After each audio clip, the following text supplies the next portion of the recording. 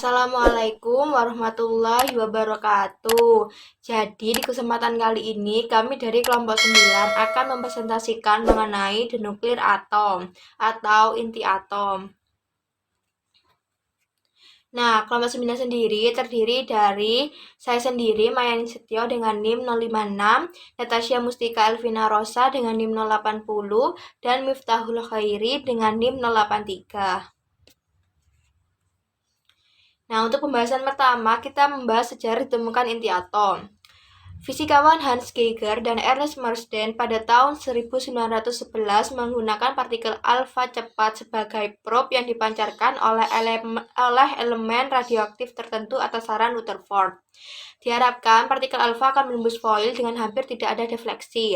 Hal tersebut mengikuti model Thomson, di mana muatan listrik di sisi atom diasumsikan tersebar melalui volumenya. Dan yang ditemukan kedua fisikawan tersebut sebagian besar alfa tidak menyimpang, beberapa tersebar melalui sudut yang sangat besar. Bahkan beberapa tersebar ke arah belakang seperti yang dikatakan Rutherford. Rutherford menemukan atom terdiri dari inti kecil di mana muatan positifnya dan hampir semua masanya terkonsentrasi dengan elektron agak jauh. Nah, ini formula hamburan Rutherford. Rumus yang diperoleh Rutherford untuk hamburan partikel alfa dengan lembaran tipis berdasarkan model inti atom seperti pada layar. Di mana n theta jumlah partikel alfa persatuan luas yang mencapai layar di sudut hamburan theta, Ni jumlah total partikel alfa yang mencapai layar, N jumlah atom persatuan volume di foil, Z nomor atom dari atom foil, R jarak layar dari foil, Ke energi kinetik partikel alfa. Nah, atom sendiri didefinisikan sebagai partikel terkecil di mana suatu unsur dapat dibagi tanpa kehilangan sifat kimia yang mencirikannya. Atom ini disusun oleh inti atom, pusat bermuatan positif di mana sebagian besar massa terkonsentrasi, dan oleh elektron sejumlah partikel bermuatan negatif yang membentuk korteks. Selanjutnya akan dijelaskan oleh teman saya, Natasha Mustika Elvina Rosa. Terima kasih. Selanjutnya yaitu inti atom. Inti atom disusun oleh proton dan neutron, sehingga nukleon berdenominasi dengan muatan positif yang sama dengan muatan negatif elektron. Sedemikian rupa sehingga muatan listrik total atom netral. Maksudnya proton memiliki muatan positif dan neutron tidak memiliki muatan listrik. Partikel-partikel penyusunan atom beserta massa dan muatannya adalah yang pertama elektron massa, yaitu 9,1 kali 10 pangkat min 31, dan muatannya yaitu 1,602 kali 10 pangkat min 19, dan ini bermuatan negatif. Yang kedua yaitu proton, masanya 1,673 kali 10 pangkat minus 27, muatannya yaitu 1,602 kali 10 pangkat min 19, ini bermuatan positif. Dan selanjutnya yaitu neutron, masanya yaitu 1,696 kali 10 pangkat minus 27, dan muatannya yaitu 0. Selanjutnya yaitu setiap inti atom ditentukan oleh nomor atomnya atau Z, dan nomor masanya yaitu A. Nomor atom Z jumlah proton yang ada di dalam inti atom yang mencirikan unsur kimia dan menentukan posisinya pada tabel periodik, yang juga bertepatan dengan jumlah elektron. Selanjutnya yaitu nomor massa atau disebut dengan A. Jumlah total nukleon, maksudnya proton ditambah neutron dalam inti atom, yaitu A sama dengan Z plus N, dengan N adalah jumlah neutron. Oke, lalu isotop. Setiap atom ditentukan oleh nomor atom Z dan nomor massanya A. Isotop adalah atom dengan nomor atom yang sama tetapi nomor massa berbeda. Misalnya, dalam kasus hidrogen, dengan hanya satu proton di dalam nukleus terdapat dua isotop. Deuterium dengan satu proton dan satu neutron, dan tritium dengan dua neutron dan satu proton. Uranium yang nomor masnya 238 memiliki dua isotop dengan nomor massa masing-masing 233 dan 235. Assalamualaikum warahmatullahi wabarakatuh. Di sini saya akan mempresentasikan tentang unsur kimia. Jumlah unsur yang diketahui yang memiliki nomor atom yang sama disajikan dalam tabel produksi unsur, di mana unsur-unsur disusun menurut nomor atomnya yang bertambah. Mereka diatur pada 18 kolom vertikal yang dikenal sebagai grup. Setiap kelompok mengandung unsur-unsur dengan sifat serupa karena struktur elektronik umum pada tingkat paling luarnya. Energi yang menjaga proton dan nuklei tetap bersama di dalam stabilitas inti. Mereka lebih besar di elemen perantara dan lebih rendah di elemen yang lebih ringan dengan Z lebih sedikit dan di elemen lebih berat dengan Z lebih besar. Ini memerlukan stabilitas yang lebih besar dalam elemen perantara. Dengan demikian, pembagian fisi inti uranium menjadi 2 atau 3 unsur perantara atau penyatuan fusi inti yang sangat ringan seperti hidrogen dan isotopnya akan memberikan konfigurasi yang lebih stabil. Sekian, terima kasih. 3 days later. Assalamualaikum warahmatullahi wabarakatuh. Sebelumnya perkenalkan kami dari kelompok 10 kelas PFB 2019 akan mempresentasikan mengenai elektron orbits. Saya sendiri Reza Alivia Safitri NIM 076 dan teman saya Irsyad Yusuf Santoso NIM 081 serta Nur Fazilah Karira NIM 090. Yang pertama, model planet atom dan mengapa gagal. Model atom Rutherford begitu meyakinkan karena dibuktikan melalui eksperimen di mana inti atom bermuatan positif dan dikelilingi oleh elektron yang cukup untuk membuat atom netral secara elektrik dan keseluruhan. Elektron tidak bisa stasioner atau diam dalam model ini karena tidak ada yang dapat menahannya melawan gaya listrik yang menarik mereka ke inti. Jika elektron sedang bergerak, akan tetapi orbit yang stabil secara dinamis seperti susunan planet-planet dan matahari. Nah, berikut ini dinamika klasik atom hidrogen, di mana satu atom hidrogen memiliki satu elektron yang menjadikannya yang paling sederhana dari semua atom. Diasumsikan orbit elektron melingkar meskipun bisa dianggap pula berbentuk elips.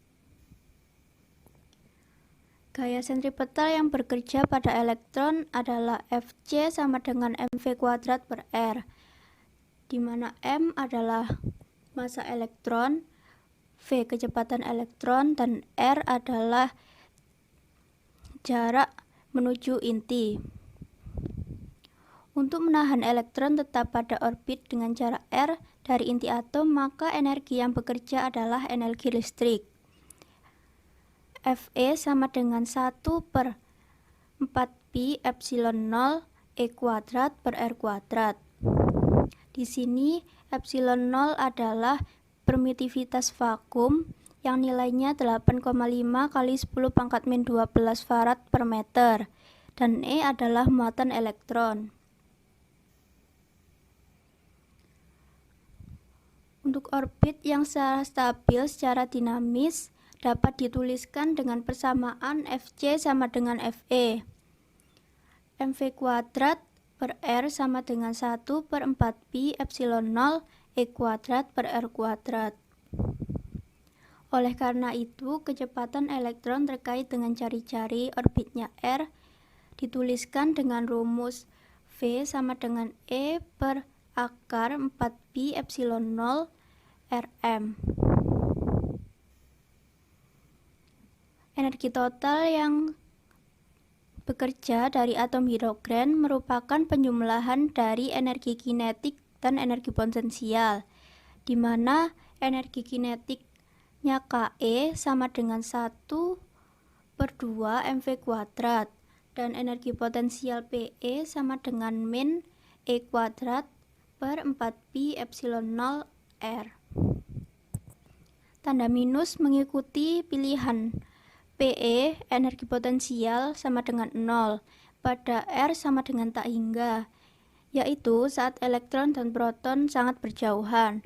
Oleh karena itu, energi totalnya sama dengan KE plus PE. Jadi, diperoleh MV kuadrat per 2 dikurangi E kuadrat per 4pi epsilon 0 dikalikan dengan R. Selanjutnya akan dijelaskan oleh teman saya. Mensubstitusikan V dari persamaan 4.4 maka menjadi persamaan berikut, yang artinya energi total elektron adalah negatif. Ini berlaku untuk setiap elektron atom dan mencerminkan fakta bahwa ia terikat pada inti. Jika E lebih besar dari 0, elektron tidak akan mengikuti orbit tertutup di sekitar inti. Kemudian selanjutnya yaitu kegagalan fisika klasik. Dari gambar di samping figure nomor 4.6, analisisnya adalah penerapan langsung dari hukum gerak Newton dan hukum gaya listrik Coulomb, keduanya pilar fisika klasik, serta sesuai dengan pengamatan eksperimental bahwa atom itu stabil. Namun, itu tidak sesuai dengan teori elektromagnetik yang memprediksi bahwa muatan listrik memancarkan energi dalam bentuk gelombang elektromagnetik. Pergerakan elektron pada kurva mengalami percepatan yang mengakibatkan elektron kehilangan energi. Jadi, elektron akan menuju ke inti atom. Kemudian selanjutnya yaitu tapi kenyataannya atom itu ternyata tidak runtuh. Kontradiksi ini lebih jauh menggambarkan apa yang kita lihat di dua bab sebelumnya, yaitu di dalam hukum fisika yang berlaku di macro world tidak selalu benar dalam micro world atom. Kemudian analisis Rutherford apakah bisa valid atau tidak? Dari pertanyaan di atas bisa dijelaskan saat ketika dia mendapatkan rumus hamburannya. Rutherford menggunakan hukum fisika yang sama yaitu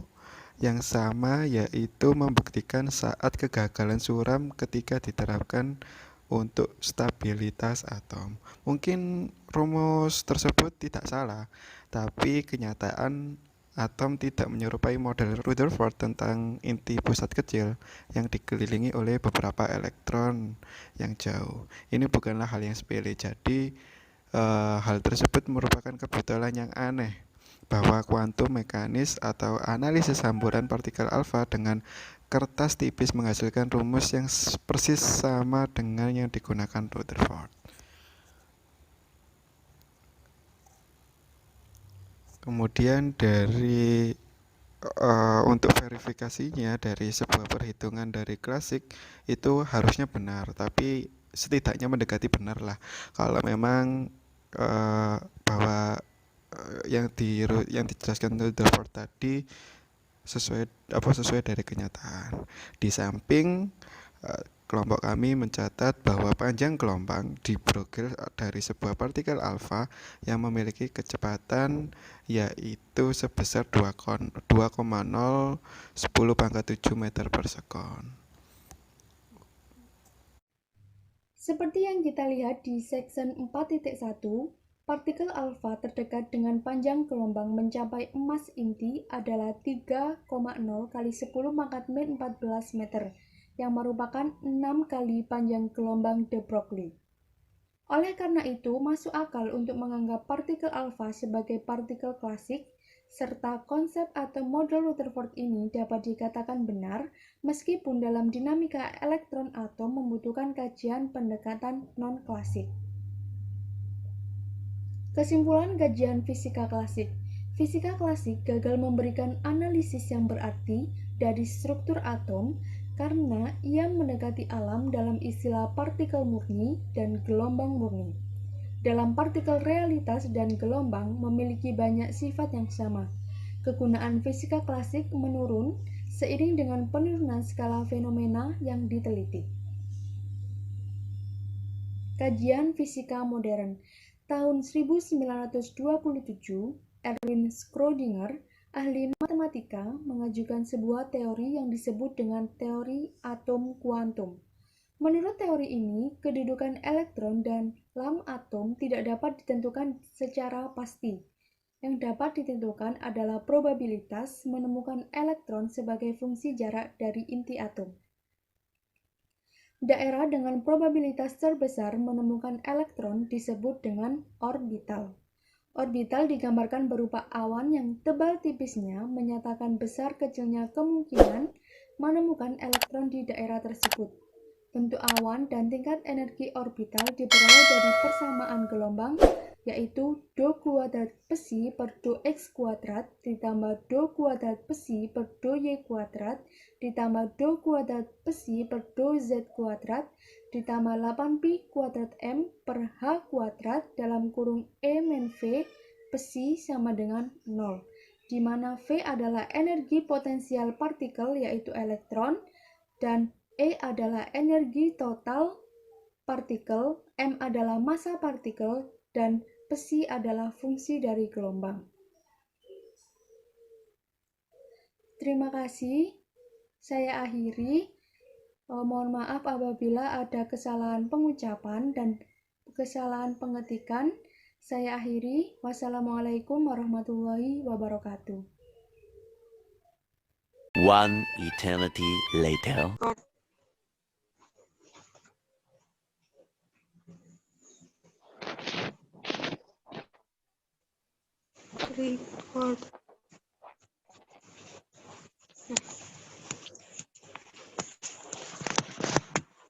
Assalamualaikum warahmatullahi wabarakatuh. Di sini dari kelompok 12 akan mempresentasikan tentang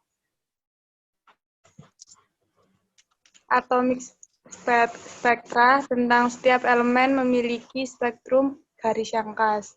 Pertama-tama di sini kami akan memperkenalkan kelompok kami. Yang pertama ada Wadifakia Mulaili dengan NIM 054 dan Muhammad Abdul Latif dengan NIM 075 dan saya Kiki Arifia dengan NIM 084. Atomic spectra, yaitu stabilitas atom bukanlah satu-satunya hal yang harus diperhitungkan oleh teori atom. Keberadaan garis spektrum adalah aspek penting yang lain dari atom yang tidak dapat dijelaskan dalam fisika klasik. Kita telah melihat di bab 2 bahwa materi terkondensasi padat dan cair pada semua suhu memancarkan radiasi emisi di mana terdapat semua panjang gelombang.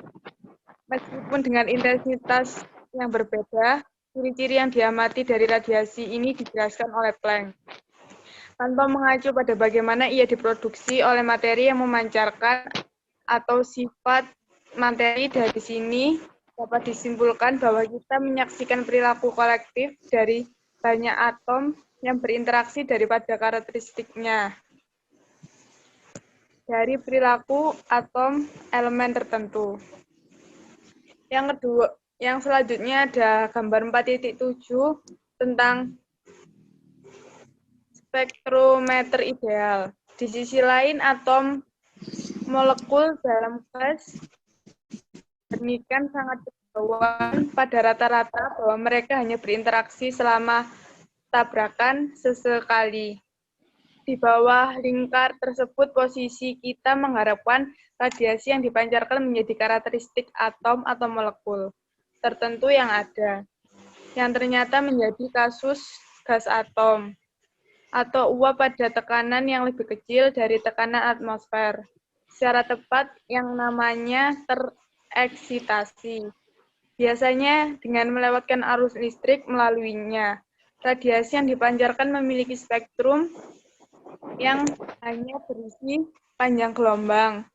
Tertentu pengaturan yang ideal untuk mengamati spektrum atom seperti itu ditunjukkan pada gambar 4.7 yang menggunakan kisi. Selanjutnya, Wadifa. Selanjutnya, pada gambar 4.8, yaitu beberapa garis pertama dalam spektrum emisi hidrogen, helium, dan merkuri. Gambar 4.8 menunjukkan spektrum garis emisi dari beberapa elemen. Setiap elemen menampilkan spektrum garis unik ketika sampelnya dalam fase uap tereksitasi. Oleh karena itu, spektroskopi spesifikasi adalah alat yang berguna untuk menganalisis komposisi zat yang tidak diketahui. Ketika cahaya putih dilewatkan melalui gas, gas ditemukan menyerap cahaya tertentu dari panjang gelombang yang ada dalam spektrum emisinya. Spektrum garis absorpsi diambil dari latar belakang cerah yang dilintasi garis gelap yang sesuai dengan panjang gelombang hilang. Spektrum emisi terdiri dari garis-garis terang pada latar belakang gelap. Spektrum sinar matahari memiliki garis-garis gelap dalam bagian cahaya matahari. Gambar 4.9 yaitu garis-garis gelap pada spektrum absorpsi suatu unsur berhubungan dengan garis-garis terang pada spektrum emisinya. Yang meradiasikan hampir seperti benda hitam yang dipanaskan hingga 5.800 Kelvin, dikelilingi oleh selubung gas yang lebih dingin yang hanya menyerap cahaya dengan panjang gelombang tertentu. Sebagian besar bintang lain memiliki spektrum semacam ini. Jumlah, intensitas, dan panjang gelombang yang tepat dari garis-garis dalam spektrum suatu elemen bergantung pada suhu, tekanan, keberadaan medan listrik dan magnet, dan gerakan sumbernya. Hal ini dimungkinkan untuk mengetahui dengan memeriksa spektrumnya tidak hanya elemen apa yang ada dalam sumber cahaya, tetapi banyak tentang keadaan fisiknya. Seorang astronom, misalnya, dapat menentukan dari spektrum bintang yang mengandung unsur-unsur atmosfernya, apakah mereka terionisasi, dan apakah bintang itu bergerak menuju atau menjauh dari bumi. Selanjutnya akan dijelaskan oleh teman saya.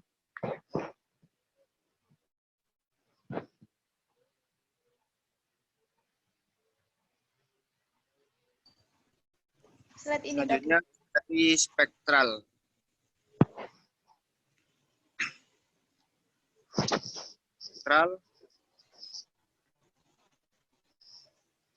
Sedikit cerita, sahabat yang lalu, panjang gelombang dalam spektrum suatu unsur ditemukan jatuh ke dalam himpunan yang disebut deret spektral. Deret pertama seperti itu ditemukan oleh J.J. Balmer pada tahun 1885 dalam studi tentang bagian tampak dari spektrum hidrogen.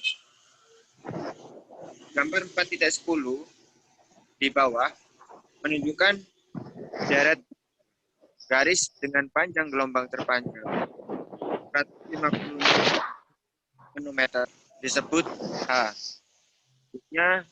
Yang panjang gelombangnya 486,3 nanometer disebut Hg hidrogram dan seterusnya. Dan intensitas yang lebih lemah hingga batas deret pada 364,6 nanometer tercapai. Di luar itu, tidak ada garis terpisah lebih lanjut, tetapi hanya spektrum kontinu yang samar. Rumus Balmer untuk panjang gelombang ada di bawah ini, yaitu 1 lambda sama dengan R kali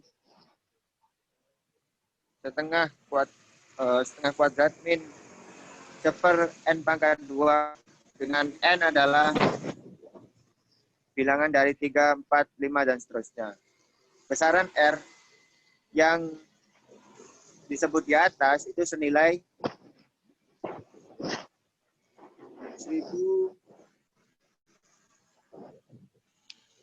1,097 kali 10 pangkat 7 atau setara dengan 0,01097 nanometer.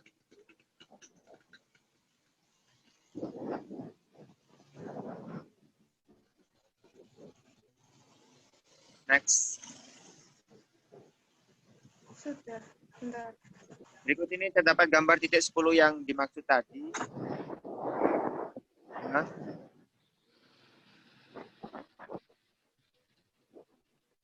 Iya, sudah. Garis berhubungan dengan N sama dengan 3. E dengan 4 dan seterusnya. Batas deret sesuai dengan N sama dengan tak terhingga.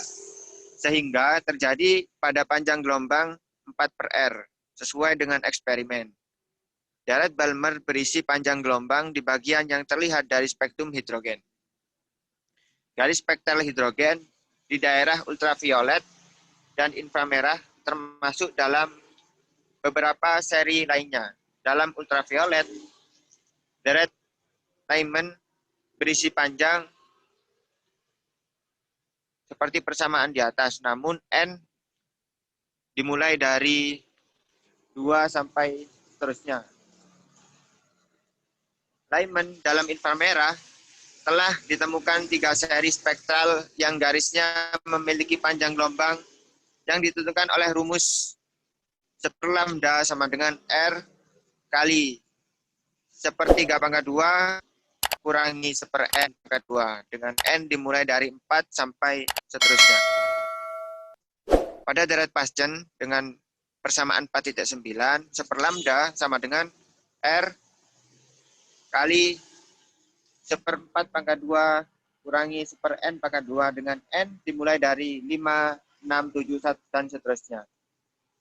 Pada deret Pfan, 1 lambda sama dengan R kali 1/5/2 kurangi 1/n/2 dengan N dimulai dari 6, 7, 8, dan seterusnya.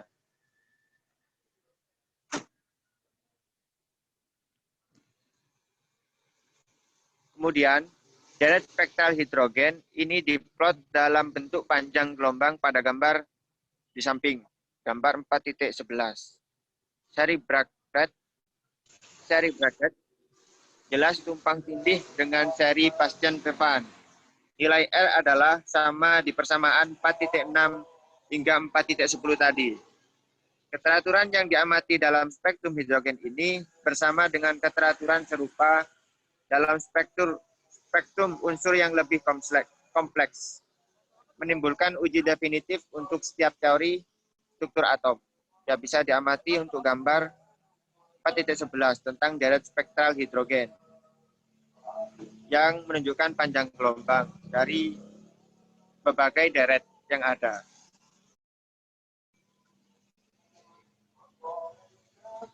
Nah, terima kasih.